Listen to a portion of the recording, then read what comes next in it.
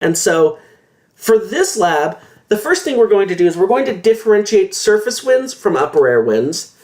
Then I'm going to show you how to read an upper air station model.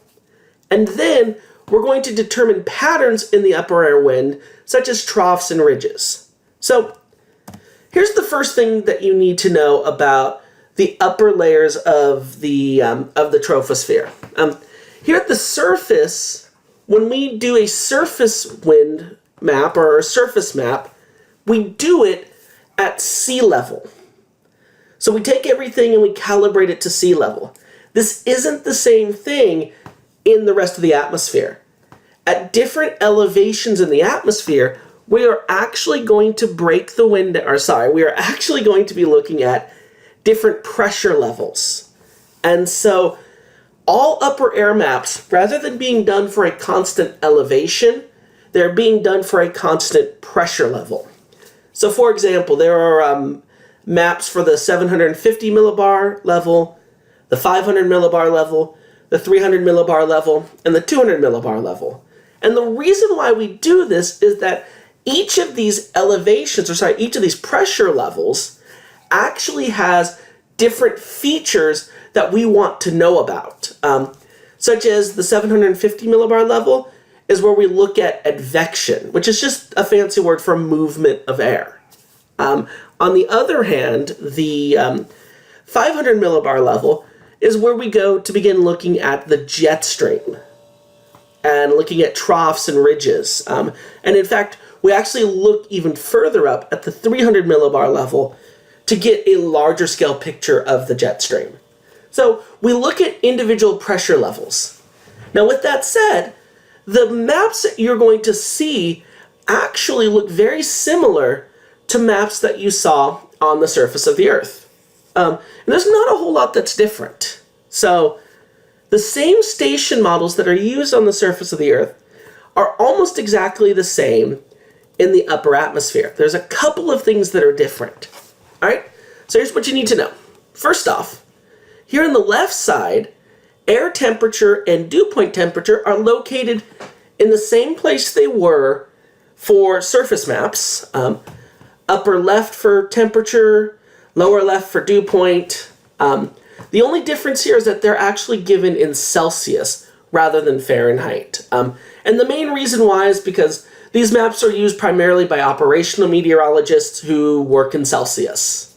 The next thing to know, there is no worry about precipitation or cloud cover at these individual heights. So we don't actually do those. So there's no cloud cover, no precipitation. What there is, though, is a wind barb. And this wind barb works the exact same way as it did at the surface. It points in the direction that the wind is coming from.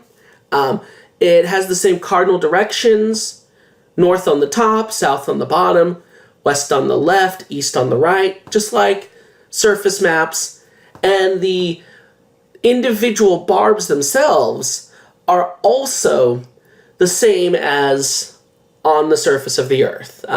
One feather means 5 knots, one long feather means 10 knots. The only thing that might be different is the winds near the surface don't get nearly as strong, and so you might not have yet seen this pennant right here. Actually, let me pull up my laser pointer.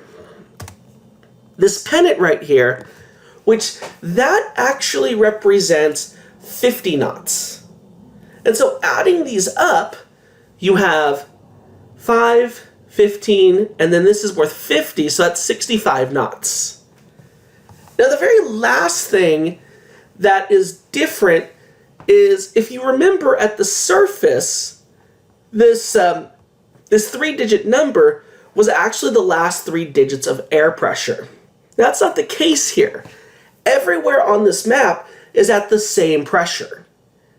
Rather than using a constant elevation, we're using a constant pressure level. And what this number instead tells us is how high up was the pressure level at that location. So for example, this number here, 549, this actually represents it. They do it in tens of meters. So basically they just drop the 0 at the end. And so 549 is just 5490. So this location is 5,490 meters above the surface of the Earth. And so that's where the 500 millibar level is located, or so on. And there's actually a table in the manual that actually goes through each of the different levels and what this upper right number means. With that said, we're going to primarily be looking at 500, 300, and 200 millibar maps. And in all three of those cases, it just means take this, put a 0 at the end of it, and you're good to go. So that's all you need to know for upper air station models. Now with that said, these station models are actually collected or actually measured using weather balloon launches. And then once we get those weather balloon launches, we then collect all the data and put together an upper air map. And this is actually the upper air map that you'll be looking at for this assignment, so I'm not giving you something different here. This is actually the map that you're going to be looking at. And let me tell you what's going on here. So first off, these blue lines, these are what are called height lines. They actually represent a constant height rather than a constant pressure level. However, they actually read and work the same way that isobars on the surface of the Earth work. If they're closer together, the winds are going to be stronger. If they're farther apart, the winds are going to be weaker. And I mean, a good example of that is right over here, over Utah, Colorado, and Wyoming, where these height lines are pretty close to each other, and the winds are a lot stronger. Whereas down here, over southern Texas and southern Louisiana, the height lines are much further apart, and therefore the winds are a lot weaker. Now here's the other thing that you need to know. These lines also give us a really good sense of a pattern called the jet stream, which we'll actually talk about in the next assignment. And the way that the jet stream works is there are different components to the jet stream. And the components are called troughs and ridges. And a trough, like this one right here, is what happens when these height lines begin to form what looks like a U shape. Kind of like this. This represents a depression, an area of lower pressure and colder air. And so that's what a trough looks like. And so we see this pretty big trough over the western United States.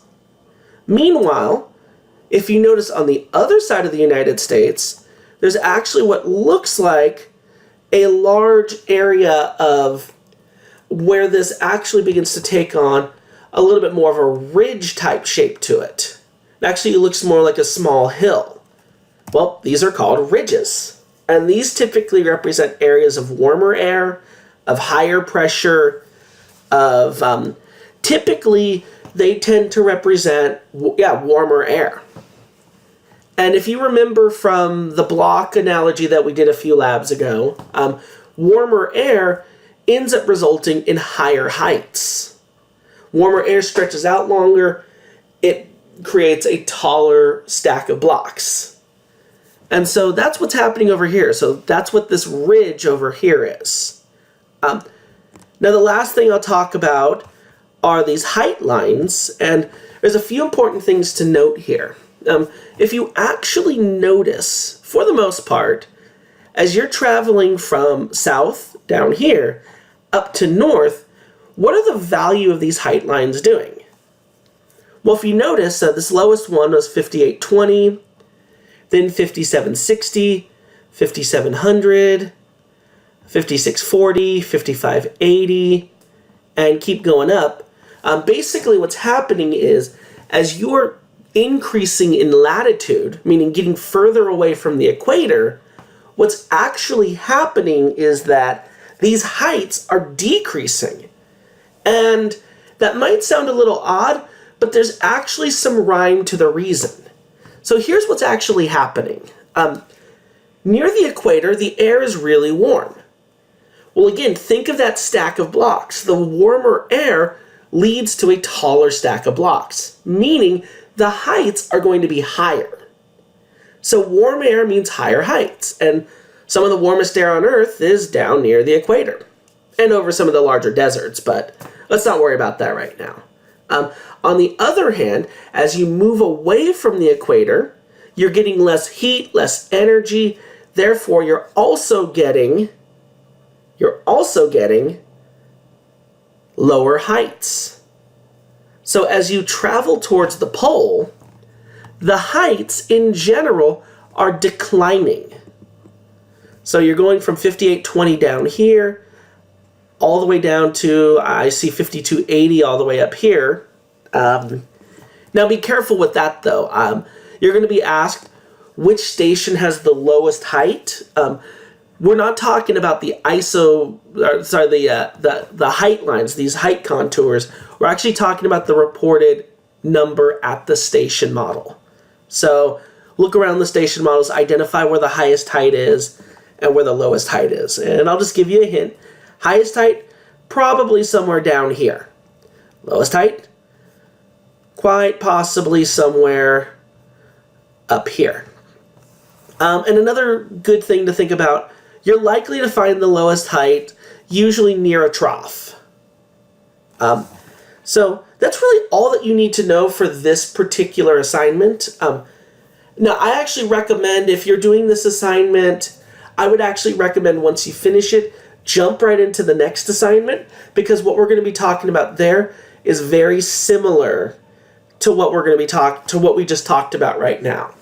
So once you're done with this assignment, I say get up, go grab yourself something to drink, take a deep breath, and then come back and do the next assignment, Investigation 9A, which covers the jet stream.